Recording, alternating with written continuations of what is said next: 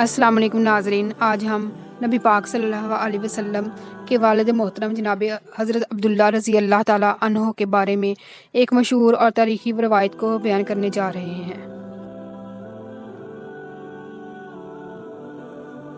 روایت ہے کہ مکہ کی حکومت اور سرداری حضرت عبداللہ کے والد حضرت عبد المطلب کے قبضہ میں آئی اور ارادہ خداوندی اس جانب متوجہ ہوا کہ چاہے زمزم جسے عمر بن حرس جرہمی نے بند کر دیا تھا اور عرصہ سے بے نام و نشان ہو رہا تھا، اس کو ظاہر کیا جائے تو ایک روایت صادقہ کے ذریعہ عبد المطلب کو اس جگہ کے کھودنے کا حکم ہوا، جس کے نشانات اور علامات بھی خواب میں بتلائی گئی تھی۔ چنانچہ حضرت عبد المطلب نے قریش کی مخالفت کی، مگر حضرت عبد المطلب نے قریش سے اپنے خواب اور ارادہ کا ذکر کیا۔ قریش نے آپ کے اس ارادے کی مخالفت کی، مگر حضرت عبد المطلب نے قریش کی مخالفت کی پرواہ کیے بغیر اپنے بیٹے حارث کی مدد سے نشان کے مطابق اس جگہ کو کھودنا شروع کر دیا۔ چاہے زمزم کھودتے وقت چونکہ حضرت عبد المطلب کا سوائے اپنے بیٹے حارث کے کوئی یار و مددگار نہ تھا، اس لیے آپ نے منت مانگی اگر حق تعالیٰ نے 10 بیٹے عطا کیے تو وہ ایک فرزند کو حق تعالیٰ کے نام پر قربان کریں گے۔ اللہ تعالیٰ نے خواہش پوری کی اور آپ کے ہاں 10 بیٹے تولد ہوئے۔ ایک رات جب آپ خانہ کعبہ کے سامنے سو رہے تھے، آپ نے خواب میں دیکھا کہ ایک شخص آپ کو مخاطب کر کے کہہ رہا ہے، اے عبد المطلب، اس نظر کو پورا کیجئے جو آپ نے اس گھر کے مالک کے لیے مانی تھی۔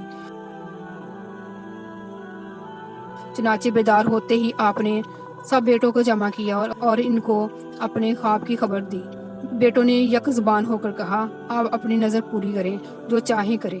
یہ جواب سن کر حضرت عبد المطلب خانہ کعبہ میں حبل کے قریب آئے اور سب بیٹوں کے نام قرہ ڈالا۔ اتفاق سے قرہ حضرت عبداللہ کے نام نکلا، جو آپ کو سب بیٹوں سے زیادہ عزیز تھے۔ حضرت عبداللہ نے رضائے الہی اور اپنے باپ کی خوشنودی کے لیے قربان ہونا منظور کر لیا۔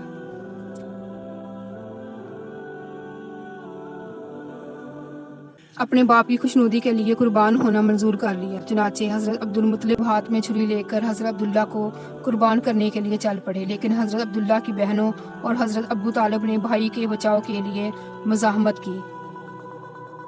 آخر کعبہ کے پجاری اور قریش مکہ نے رائے دی کہ 10 اونٹوں اور عبداللہ میں قرہ ڈال کر دیکھا جائے۔ اگر قرہ اونٹوں کے نام نکل آئے تو عبداللہ کے بدلے میں اونٹ کو قربان کر دیا جائے۔ یہ بھی کہا جاتا ہے کہ یہ فیصلہ ایک مشہور کاہنہ نے دیا تھا۔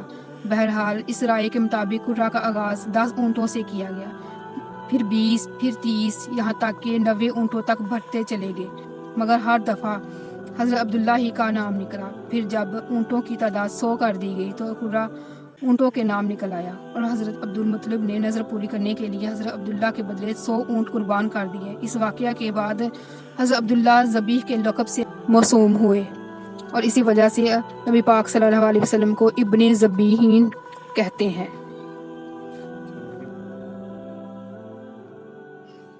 حضرت عبد المطلب کے قائم کردہ بعض طریقوں اور حدود کو قرآن و سنت نے بھی اپنا لیا تھا۔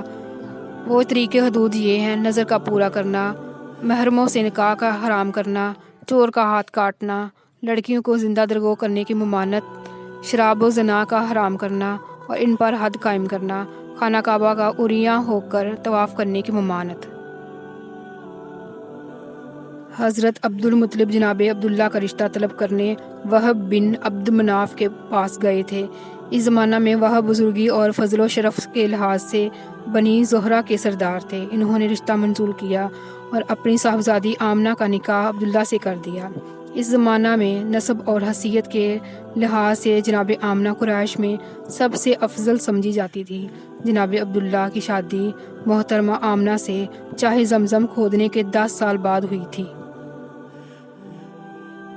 شادی کے تھوڑے عرصہ بعد ہی آپ مکہ سے شام تجارت کے لیے چلے گئے۔ راستے میں آپ مدینہ اتر گئے کیونکہ آپ بیمار ہو گئے تھے۔